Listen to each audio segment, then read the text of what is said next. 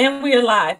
Hi, good evening, everybody. Welcome to She Built It Boss Lady Chronicles. I am Sharita Gaskins-Tillett. I am your host.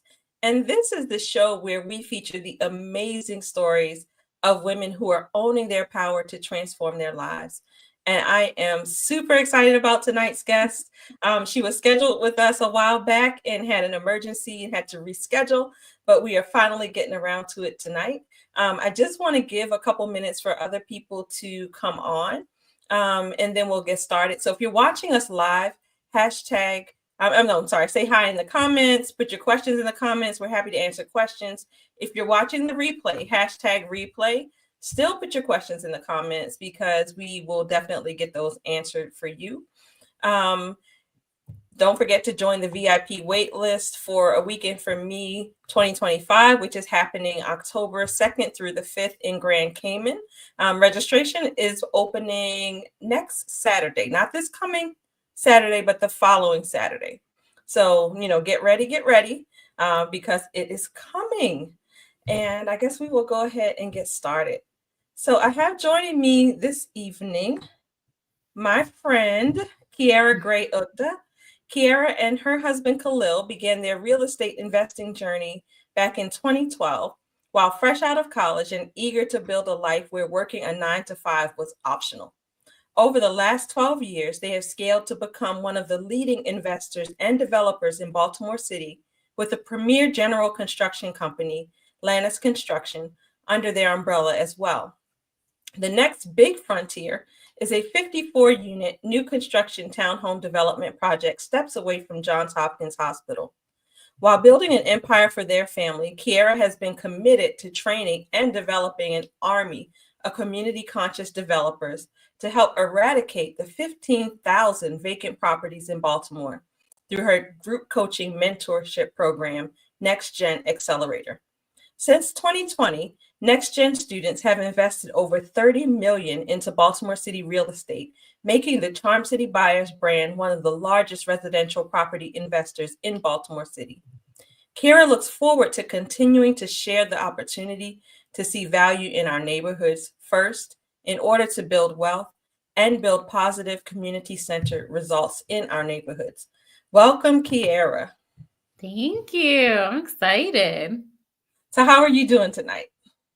I'm good. It's as most people, juggling quite a bit. So I have some food on the stove that I shut off real quick. And had some meetings earlier today, but all is well. Well, good. Yeah, we can all relate to that. All the juggling of mommy duties and Sure. office duties and everything else. But thank you for taking time out of your busy schedule to talk with me tonight. I'm super excited to share your journey and your business and everything about you with our audience. So why don't we start at the beginning? I guess telling me about your college career. And then, whether or not you were always interested in real estate. How did you end up in this business realm? And I'm really impressed with the fact that it was at such an early age because, I'll be honest, it wasn't until I was well into the workforce that I realized that I didn't want to have to work, I shut up the first day. I wish I had been right out of college realizing that was even a possibility. So tell us. Yes. So I went to Lafayette College in Pennsylvania. And so I graduated with a degree in economics and business, and actually did an independent study in real estate. So I've been interested in real estate for a really long time. I grew up in Lincoln University, Oxford, Pennsylvania. And so that area is very rural. And so I used to see farmland being sold and houses being built. And we used to ride around, and my mom will tell this all the time. Like, we ride around and be like, Mom, look at that house. Like, we should buy that and renovate it. This is around the time, HGTV was probably like just starting, or, that kind of thing. And so I used to point houses out, like, we should buy that. We should invest in that property. Mom was like, girl, if you don't sit back, and hush, what are you talking about?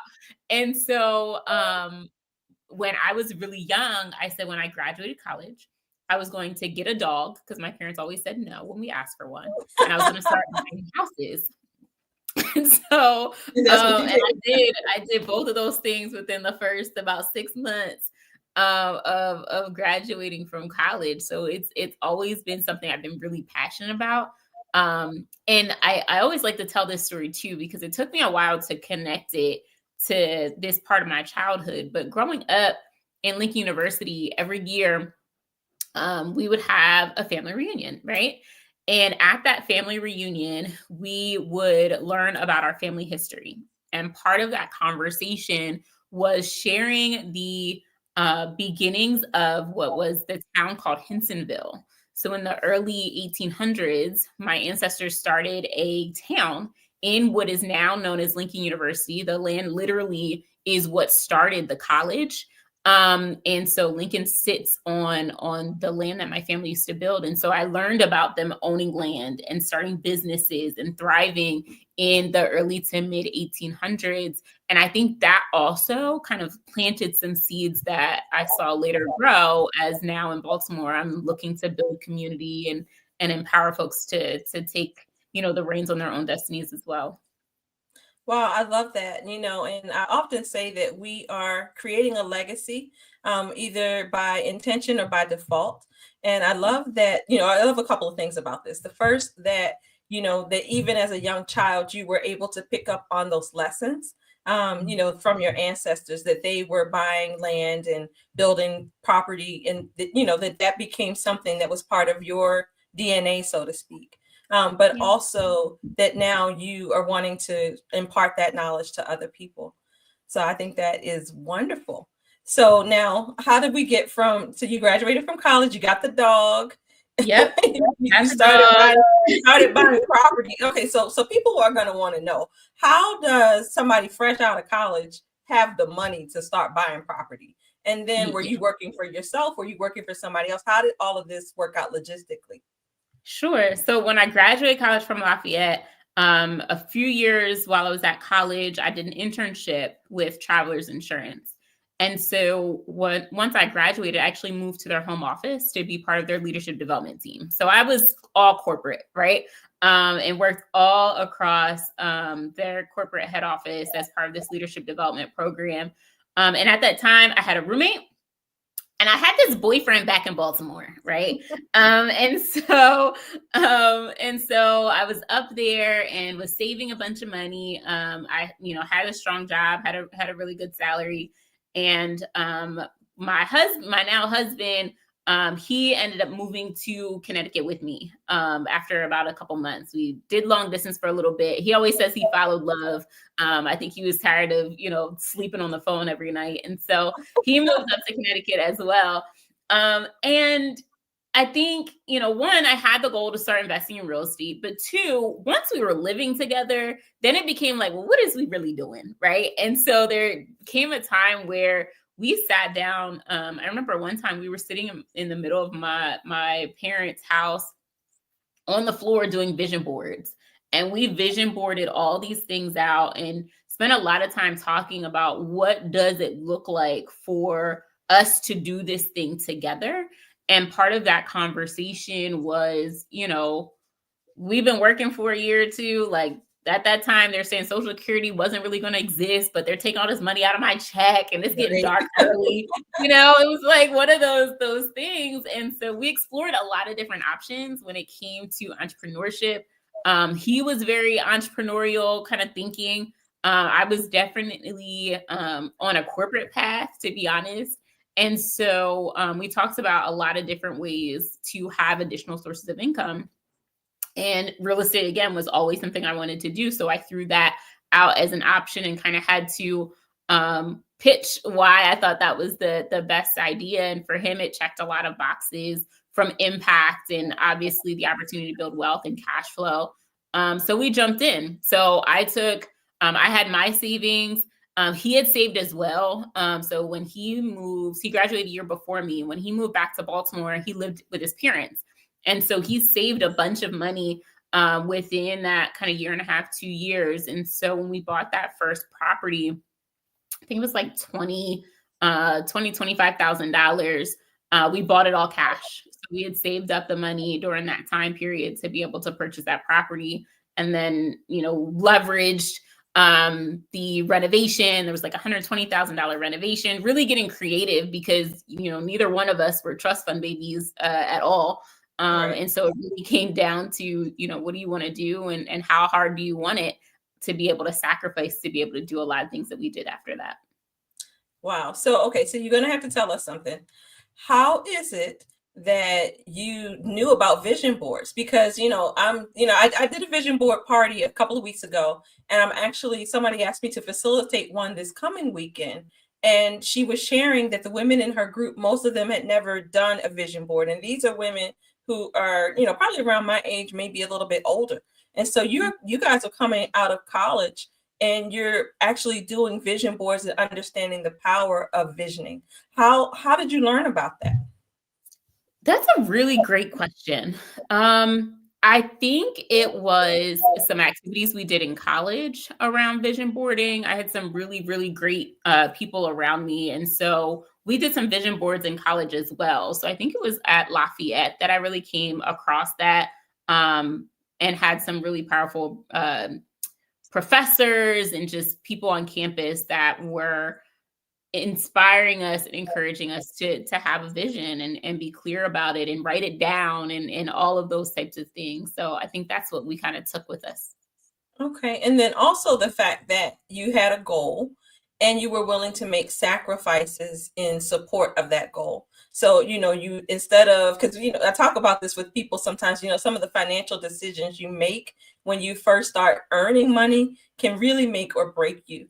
And, so I admire that you guys didn't just go out and like rent, a slick apartment to say that you had, this nice place by yourself. You had a roommate, he lived with his parents, you saved up your money. I know you guys. So I also know that you, if you don't mind me sharing this, that you took that money and and purchased property instead of having a big wedding. Mm-hmm. Yeah, that money, absolutely. So yeah, we didn't have the wedding, still haven't. Somebody owes me a renewal up here coming up soon. But yeah, the money that we would have used to have a wedding, we put into that property. And so we definitely, I will say, him and I together, we definitely think long term. And so being willing to sacrifice for that long-term gain, my goal when we started was to work full-time in real estate by the time I was 30, and went full-time at 27.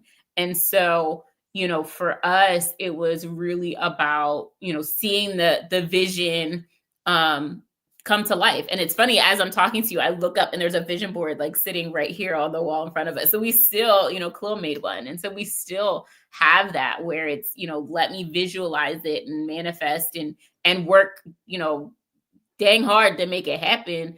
But it's really important that as we're taking each step, we know clearly, where we're trying to go.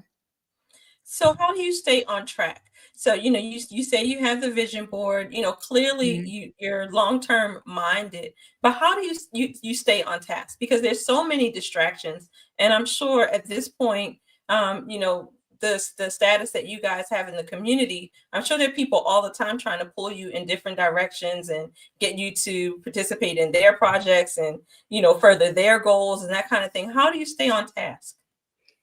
Boundaries, for one. So, being very clear about what it is I'm here to do, right? At least now, I think that continues to evolve. We're still, pretty young, but being clear about what it is that I am here to do and be intentional about how I spend my time. And those boundaries sometimes break. I'll tell you, I was at a restaurant a couple of days ago and someone, kind of walked up like, can I pick your brain for a second, and kind of hijacked my dinner with my daughter. Right. So there's some of that where it's, you got to create your bubble. But beyond that, it's just being clear and doing things for the vision and the impact and the mission, and not doing them just to be able to say, we did another project and got involved in a different deal. I'm big on saying no. If it's not a heck yes at this point, it's definitely a no. So now tell me about your community, because one thing that I know I found is how important it is to have, the right network and the right community. How did you, sounds like you guys kind of started off, the two of you, but as you have grown and evolved and developed, have you found a community, and what is the significance of the community to your life? Yeah, community is really important. And not just for kind of the influence, but also to get out of our own bubble, right? So because it was just him and I, we kind of created an echo chamber for a little while. And so, here in Baltimore, we have a really great network of other developers that we're able to collaborate with, or just share stories or support and ask questions, and be able to share resources. So that's been really great. We've built some really amazing partnerships when it comes to our projects, where we're, doing larger commercial level deals with other developers to be able to bring our expertise and our value along with theirs. And so some of that has given us the opportunity to expand, and some projects that Khalil's been spearheading here in Baltimore, that we're really, really excited about, and excited to share more and do groundbreakings and all those types of things. And then for me too, it's been about being around other women entrepreneurs and other people that I admire, folks that can really understand the journey of being, a Black woman entrepreneur who's a wife, and all of these other things, and all these boxes that I check personally. It's really, really valuable for me to be able to turn some of those levers off and just be Kyara. And so I value that a lot, to be able to, turn it off, or even just hear what other people are going through and be inspired and get excited about the work. And so that's always been really, really, really important to me, as we continue to grow and scale. Yeah. So now, you always seem very confident. And you said, coming out of college, that you had these goals, these big goals. Were you ever doubtful? Were you ever afraid? And if you were, how did you overcome those doubts? Yeah. So at first, I'll be completely transparent. The first thing, when we first started buying real estate, we said the worst thing that happens is that we keep working like everyone else, right? We were 22, Yeah, 23. yeah. The worst thing that can happen is that we just, work. And so we were too young and naive to be scared. Now, as we continued on and got older and things got more complicated, right? We had a child, we have more properties, which means, we have more expenses, and there's some things that you just have to do, especially when we went full time. I know everyone's entrepreneurship, but there's some stability that having a full-time job brings that people don't tend to think about, like your healthcare and, all of these just different things. And so as we went along the journey, absolutely, not only were there times where you were doubtful, but there's times in entrepreneurship where there's ups and downs, and in life. And then of course, we're still regular married people. So it's like, life as two individuals who've been together for 16 years, to being parents, to then having our businesses and our communities. And so, yeah, it's definitely been times where it's been hard. I think what kind of pulls us through that each time is still kind of that same thing that got us started, which is, what are we here to do, right? What are we looking to do and accomplish, and what's that end goal? And if our kind of eyes stay focused on that, we're able to navigate the ebbs and flows of life and business, to be able to keep pushing towards where we're headed, where we plan to head to in the first place. Right. I like that. Keeping your purpose in mind, and always staying on task. Because like you mentioned before, that also helps you to set boundaries, because you can ask yourself, is this thing going in the direction where I'm trying to go? And if it's not, then, you can kind of weed that out. So there are a couple things. I guess I want to ask this question first, and then I want to move to another area. So you mentioned that that you guys work together, you have the business together. Obviously, you're married, you live together. How do you manage all of that? Because that's a whole different dynamic. I would imagine, working with your spouse all the time. So how do you manage to separate work from home if you Yeah. are able to separate work from home? And how do you make all that work? So early on, it was just like really fun, right? We were just working all the time, and just, we were just always together. We were tied at the hip. Now, or kind of as we went through, probably over the last several years, we actually started to really hone in on what each of us individually, what we were passionate about, and what we saw for ourselves individually as we were creating this thing together. And so obviously we still work together a lot, but our roles are now very specific in what we do. So Khalil works a lot on some of our commercial new construction projects that we're super excited about. And I spend a lot of time on our community and being able to build and impact Baltimore in a really unique way, to make sure that the challenges and mistakes that we had getting started without the information, without the guidance, without the support, that there's more people that have a lower barrier to entry, so they can find more success faster and can really take advantage of all the things that are happening here in Baltimore. And so we have that uniqueness. I'll say I spend a lot of time working from home. Khalil will go to the office, right? So we'll have kind of our spaces and stuff there. But we spend a lot of time together. I think it's helpful that we actually like each other, right? I think that tends to be something that can't be taken for granted, right? Is when you actually like each other, to be able to spend that time together. And as regular married couples, when we don't like each other, we'll just go to a separate office. He goes to the office and I'll stay home, and we'll be able to come home and just be married. And so that's really kind of how we have made it happen, is, being very clear about what we're each passionate about, what our strengths are, and be able to hone in on those versus kind of really stepping on each other's toes. Because a lot of people, when they talk about working with your spouse, a lot of times it's about just some of those clashes. So we try to avoid those. Like, we've kind of been around the block a few times, so we try to avoid some of those clash points. Yeah, but I really like that you each, that while you're working on a collective vision, that you as individuals have visions for your lives and goals for your lives and play to your strengths. I think that's really important and really admirable. So now where I wanted to shift to, you left us off in Connecticut where you were buying property. How did you come to be like this huge investor in Baltimore? Number one. And number two, what inspired you to bring other people along on the journey? Yeah. So before we finished the renovation of that first property, we moved back to Baltimore because I was having Michaela and I wanted to be closer to family. And since Khalil came to Connecticut, he said that when we leave Connecticut, we're going to Baltimore. So that was the compromise. And so we moved back to Baltimore.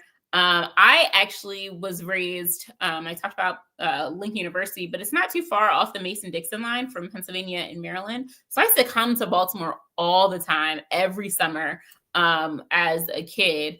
And so I already loved Baltimore. So I had no problem coming to the city. And so once we got here, we started buying here as well. So within the first couple months, Michaela was a newborn, and we had bought our first property here in Baltimore and just continued to grow. We learned a lot of things from that first one to help us understand and value what tends to be overlooked neighborhoods.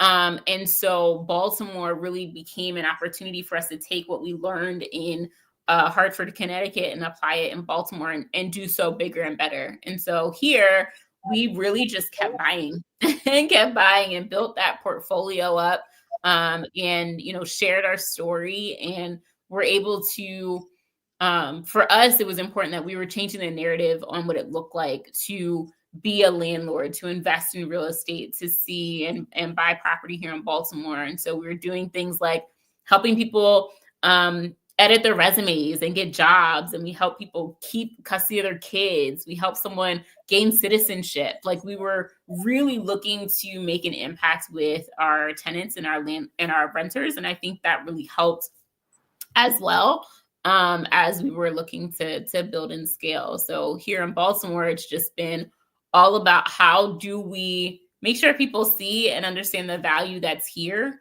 not only through the properties that we've been able to develop and redevelop, but also how we show up and what we represent as, some of the people that are helping to, share and bring out all the beauty that Baltimore has always had. So did you start off with a vision of one day helping people? Because, this is really pretty comprehensive. As I'm listening to you, you're helping people get citizenship and keep custody of their kids. So it's not just about the property. You're elevating the community externally, but you're also elevating the consciousness of the people. Was that part of your original plan, or how did you evolve into that? So I think that when in that very first property, again, we learned a lot there. And so a lot of that started in Connecticut and just continued in Baltimore. And what we came to understand is there was a narrative about being a landlord. And I'll tell you, actually, there was a website at the time that had just started. It was called Bigger Pockets. And on that website, there was a lot of just kind of chatter and sharing information. It was a chat board almost at first. Now it's grown to be a lot more than that. But what really bothered me there and at real estate association meetings is the language that they use to describe our neighborhoods and our people. Okay. And so we were there investing in these areas that they were saying to stay away from and to avoid. And, we're using these derogatory language about people that look like me, look like my auntie, look like my cousins, look like, people that we know. And I think that is what started the foundation of how we interacted with our tenants, where it wasn't just about the house, it wasn't just about collecting the rent, but it was about how do we make sure that their lives are better and more successful, because then they can pay the rent, right? If I help you do your resume and make sure you have a job, then that means come the first of the month, you're going to have something to pay, right? Because we don't want to put people out. So it became a mixture of, I'm doing this because this makes sense, because there's a lot of people saying to stay away from these areas and I'm comfortable here. This is fine. But it was also from a business perspective, there was kind of this double bottom line, as we like to talk about it, where it made sense from a profit perspective to make sure everyone was good. But there was also this impact, right? That double bottom line perspective to say that, it's not just about the dollars, but it's also about doing the things that actually make sense. Sure. Okay, so now you're teaching this to other people. Yes. So now I know you're teaching the investing part. Are you teaching that almost philanthropic part as well? Yeah. So in our community, I think one of the things that's been really, really great about the community, why I've been doing it since 2017, 2018, is that... Tell us about the community. Tell us about the community. Absolutely. So the NEXTGen Accelerator. So the NEXTGen Accelerator is my community that we are coaching and mentoring to invest in real estate here in Baltimore. So whether they're just getting started or they're scaling and looking to grow, or they bought a couple properties and it probably could have went better, showing them and sharing with them the process on how you navigate Baltimore City, which is a challenging market to invest in real estate for a host of different reasons. And so we go through the process, we provide resources, we are a source of reference. They meet with me often to be able to go through their deals and talk about their rehabs and estimate construction, really the whole 9 yards. And although real estate is very similar everywhere, and I could talk about investing in real estate anywhere, I'm able to get very specific here in Baltimore because we're investing here too. So I know the blocks and I know the inspectors and I know the council people. And so we're really able to pull all of that in to make sure that folks have the information, the resources, and the tools to be successful. And so that was kind of born out of just the fact that we were navigating super young by ourselves with no resources. And so for me, I knew that there were at the time 16,000 vacant properties and we couldn't do all 16,000 of them. And Right. Yeah. and not only that, we wanted more people who looked like us and thought like us to be able to do the work that we were doing. And luckily, over the time of sharing our stories, we attract people who align with that vision.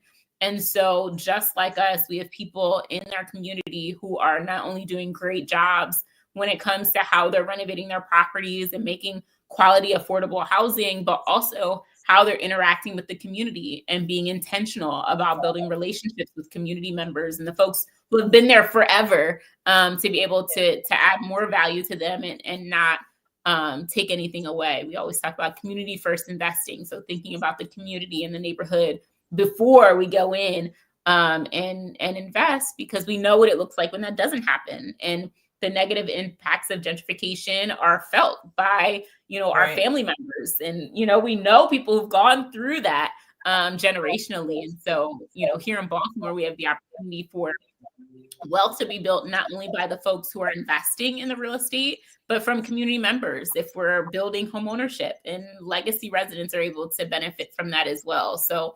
hopefully through the work that we're doing, we're able to really mitigate a lot of those negative impacts of gentrification by being intentional, thoughtful investors and developers. And so rather than watching people come in and hoping they do the right thing, we build a community of folks who are passionate about doing exactly that.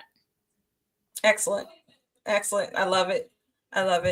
So now, if you were to say the thing of that, you've done a lot of different things. Of the things you've done, what are you most proud of? I am most proud of my students, the folks who have gone through NEXTGen, and they talk about how their kids are now talking about real estate or investing differently because they hear me every Wednesday during our calls. Or the folks that end up, I'm on panels, asked to speak on panels at different events and things like that. And I look to the left of me, I'm like, hey, that person was in our program, and they're, talking about their journey and have found levels of success. And, that's what is really exciting for me, is watching them start or grow or scale their portfolios and just be really successful, because that means that the city has an opportunity to be successful, and us as well, as we continue to invest. They're buying properties around the corner from our projects, and so everybody wins. But I'm really proud of the fact that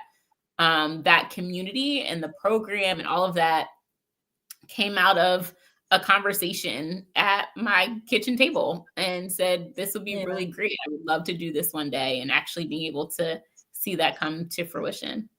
Wow. I love seeing this ripple effect, really, because you talked about investing, in the tenants, but also now investing in other investors.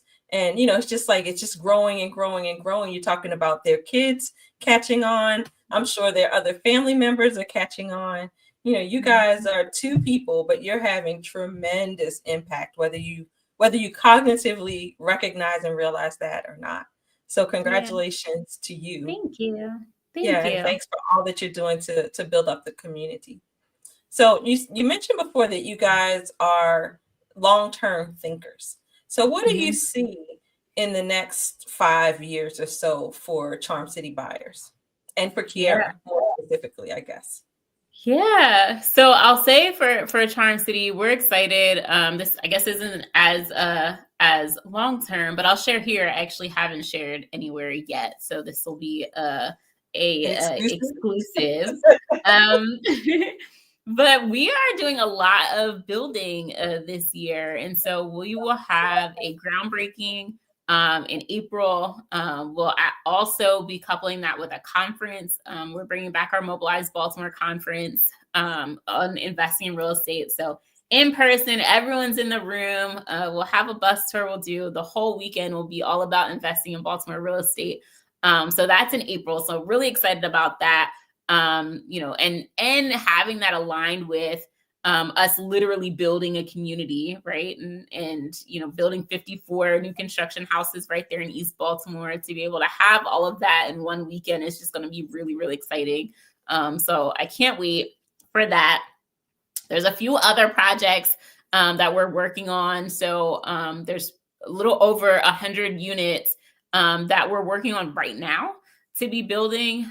So that is really, really exciting to go from kind of that reconstruction, redevelopment to completely reimagining areas and neighborhoods and communities. So that'll be great.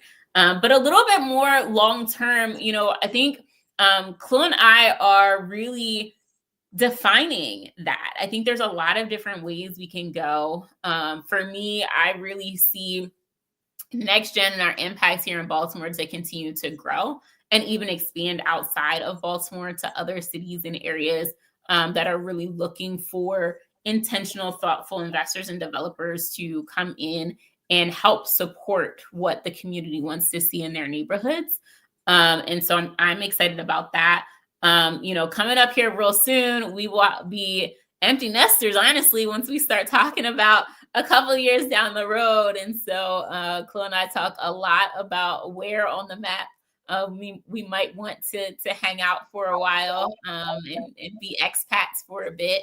And so there's a lot of open doors. And so we're open and just being open to receive right now as that next 5 years is defined. We were very intentional in our 20s and lined it all up. And I think right now, as we kind of transition into our upper 30s into our 40s, we're being open to listen a little bit more rather than dictate what that looks like.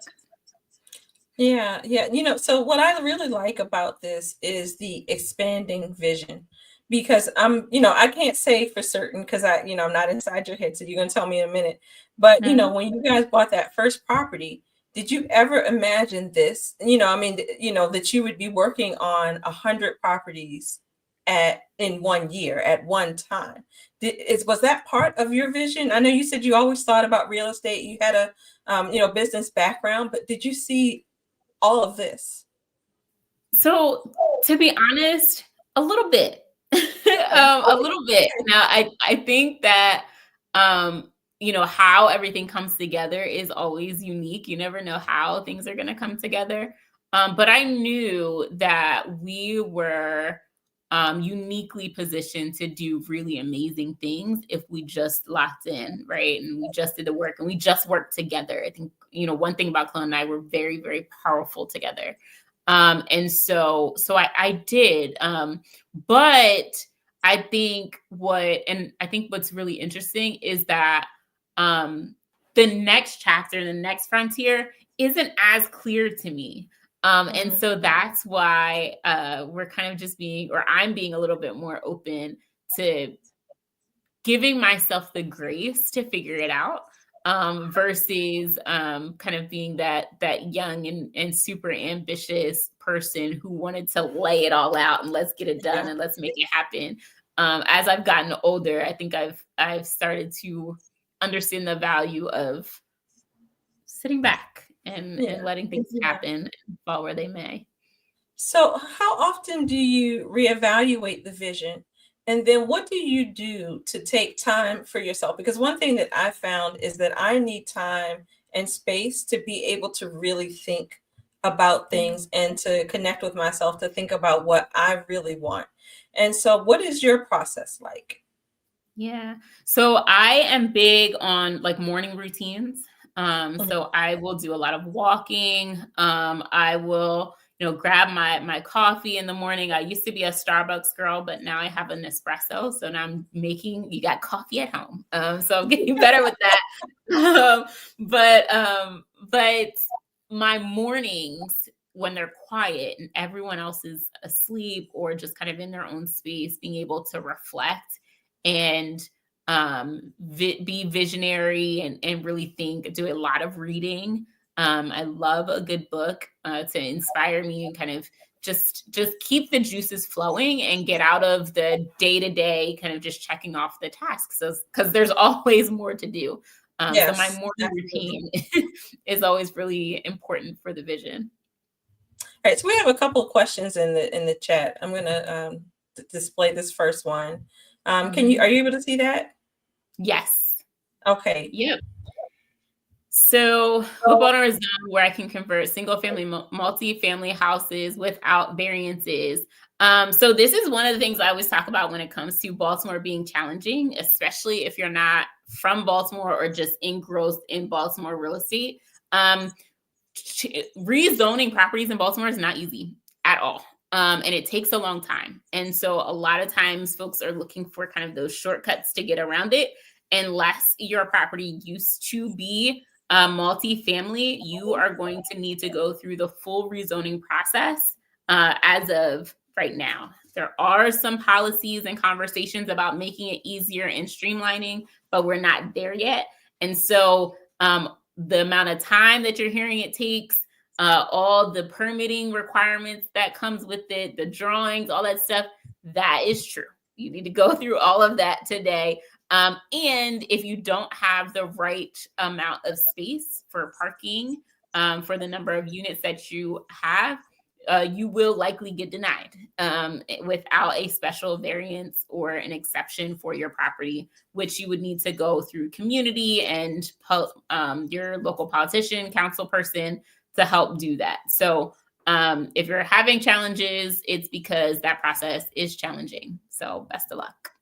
Okay. And the other question was really just a kind of like a reiteration of that one. And then guys that are watching, if you have other questions, please put them in the comments. We are starting to wind down a little bit. We want to be respectful of Kyara's time. She said she turned her dinner off. We wanted to be able to get back to her dinner and enjoy it with her family. But, tell us how, if we're interested in working with you, working with NEXTGen or investing with you or just connecting with you, how can we do that?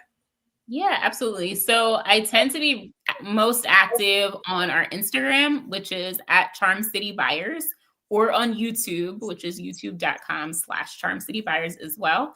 So that's a really great place to learn and to interact and just understand what's happening on a regular basis here in Baltimore. But you can also check us out at charmcitybuyers.com. And you should expect to hear more about our conference coming up in April, in mid-April, I believe the weekend of April 11th. So Mobilize Baltimore is going to be huge. We always have a really great time. The conference is amazing. We have great sponsors and speakers coming. And so it'll be a weekend engrossed in Baltimore real estate. So excited about that as well. And NEXTGen, I tend to have free classes to share information on a basis on, what should you be thinking about when it comes to Baltimore real estate. So that's a great way to kind of get an introduction to what NEXTGen is all about. And there's also links in my bios on all the different places. And of course, we'll put all of your information in the comments and the show notes and all of the different places where this interview will be posted as well. So I have one final question for you. So if there is a young woman who is interested who has a big dream, but it seems maybe out of reach, what's the single best piece of advice that you can give to her? I think the biggest thing for folks who are thinking and dreaming big is to have the audacity to believe you can actually accomplish it. I think audacity is underrated. Audacity is critical. You have to be just a little touch of delusional to do amazing things, right? And so don't be afraid to be delusional, right? Don't be afraid to have that audacity to believe you can actually do it. And sometimes you also want to make sure that the energy and environment around you supports that, right? And so that might mean who you're spending time with. That might mean, just getting some flowers and putting in the side of your room if that's all that you can do. But that environment is really, really important to make sure that you're planting the seed in the right soil. Excellent. Well, thank you so much for sharing your gifts with us. Thank you again for sharing your gifts with the community. I wish you guys huge, huge, huge success because it's such beautiful work that you do. So I'm glad that we were finally able to connect here, and I look forward to future collaborations. Thank you. Thank you so much for having me. All right. Good night, everybody. We will see you again next week for another episode of She Built It Boss Lady Chronicles. Again, if you're watching the replay, you have questions for Kyara, please put them in the comments. I'm happy to pass those along to her. Take care and have a great night. Yeah.